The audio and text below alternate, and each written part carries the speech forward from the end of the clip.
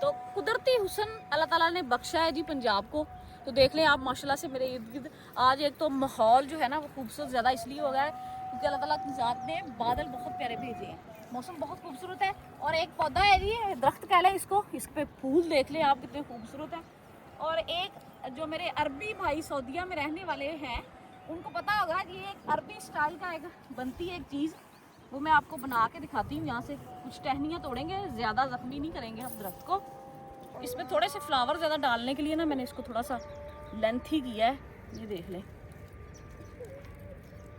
ये बड़ी एक खूबसूरत चीज़ बनती है। जब हम स्कूल और कॉलेज लेवल में पढ़ते थे ना, मुझे याद है कि हम दोस्तें मिलके अक्सर ये बना के तो इसको ऐसे हो गया।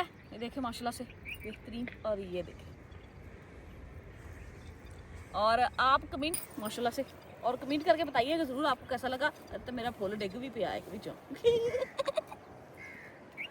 इसको सेट करते हैं दोबारा।